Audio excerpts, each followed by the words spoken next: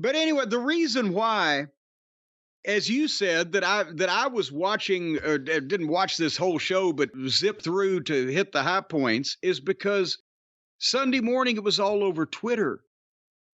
And multiple people, thousands of people retweeting and tweeting these clips of people doing stupid things. But the biggest one, well, they had a 6-man tag team match with 3/4 or 4/6 or however many there are of the Gangbang Scissor Gang. It was Billy Gunn and his sons against those 3 job guys that they've had on this show before. The 2 bear fellows. I don't mean naked. I mean they used to be bear country. And they need to go back to the country. The hairy fat fellows and this goofy bodybuilder guy that they've got tagging along with them now. They were the job guys, and this whole thing fell apart from the start. Caster comes out, the Acclaimed get the separate entrance from Jay White and his Gunn boys. And Caster comes out and he does the first line of his rap. And then the second line is something like, and you guys are red. And then he pauses and you see on his face, if ever there has been a video on television of someone going blank and you can read it on their face, he just suddenly, it shocked him that he realized he had no idea what to say next. And he stops and the music keeps going. And where maybe he might have picked up on another line or whatever, then you see him once he's done it, now he's mortified and he just shakes his head no and just gives up. And as he was walking to the ring, he's even giving him the cut like under the chin, like, I'm not doing this shit, fuck it.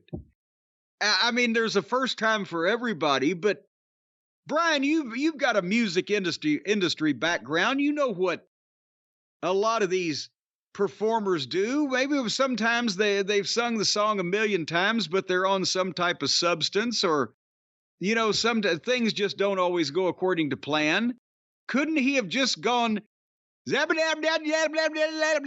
I don't understand most rap music anyway. Well, most people do. Most people don't expect scat in the middle of their rap song. I don't know if that would have helped. No, I'm telling hide the matter. Oh, I forgot the lyrics. Let me go into scat. Beep, beep, beep, bop, boop, bop, boo. What the hell's that going to do? Or then maybe he could have said, and I'll beat your cat and your dog too, and whatever, and said English words. As long as they rhyme, you can't understand rap most of the time anyway. Well, look, maybe we can go. He could have just fucking bluffed his. He could have bluffed through that. Yeah, hidey, hidey, hidey, hidey, hidey, hidey. He'd got the whole crowd going, hidey, hidey, hidey, hidey. You know what he should have done? He's walking out there with like 20 fucking people. He should have said, now you do it, and just hand the mic over to someone else and put them on the spot. Just say everybody, and just point the microphone. Like Chick Donovan calling the spot that time. One tackle, drop down, you finish it. Okay, he gives the first line of the rap and he holds the microphone up to the people. Well, it started off on a high point with that. And of course, Anthony Bowens just took the mic and did his usual yelling to the crowd. And then Kevin Kelly never referenced Max Caster for getting his rap. No, they went right on through, and then they had a match, allegedly. Apparently, that's what they referred to it as. And I wasn't going to do the whole blow by blow on this thing, but in the last minute of this, everything that everybody did looked like it could have hospitalized somebody.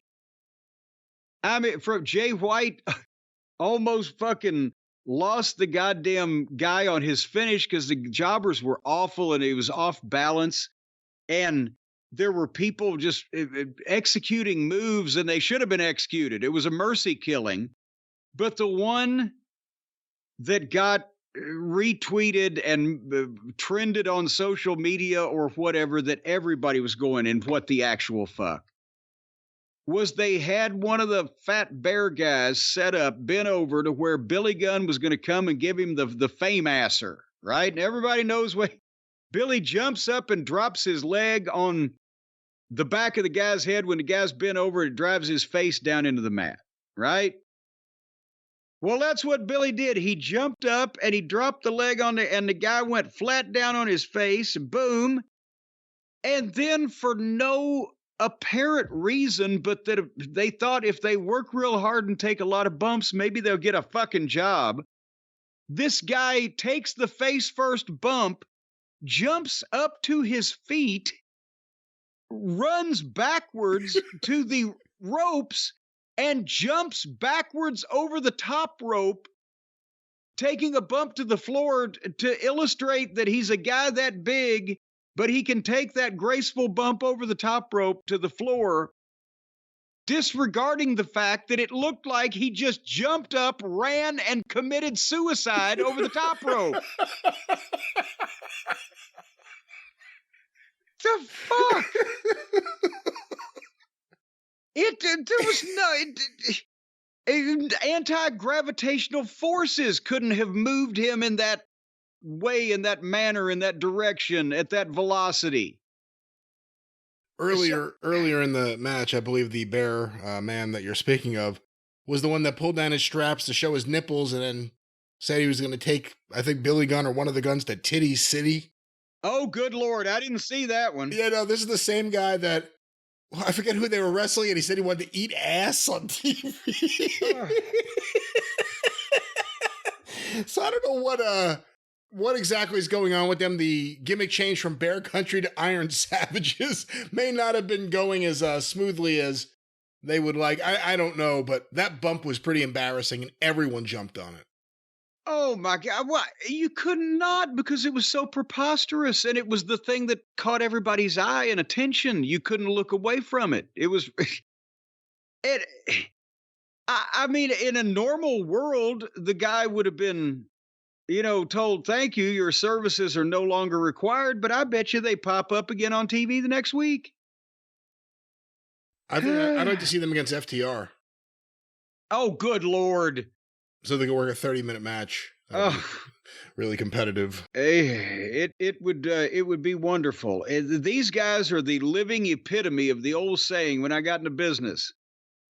Guys would say that when the kids came up and asked their opinion, said, "Sir, did you see my last match?" You would go, "I certainly hope so, son. I certainly hope so." You would almost think they were trying to show up, or he was trying to show up Billy Gunn. I mean, these were like Shawn Michaels against Hulk Hogan. That's the kind of bump it was. It was so ridiculous and over the top. Well, but that's, in this case, I would imagine it's because that, the guys were trying to work real hard and take all these bumps and do all this shit that they ain't really capable of, but they wanted to show how hard they were working so that they'd get a job. And I think he genuinely thought Michaels knew what he was doing, because he was a crafty, experienced veteran at screwing people over in the ring. But these guys are just fucking stupid and indie-minded. And they probably thought, oh, wow, look what I just did. Yeah, look what you just did. If you'd have been working for me, you'd have just got fired. Well, lucky for them, they're not working for you. They're working for Richie Rich, so they'll never be fired. He's not good at firing, is he? He may hire their family. You guys did a horrible bump. Do you have any family member looking for work?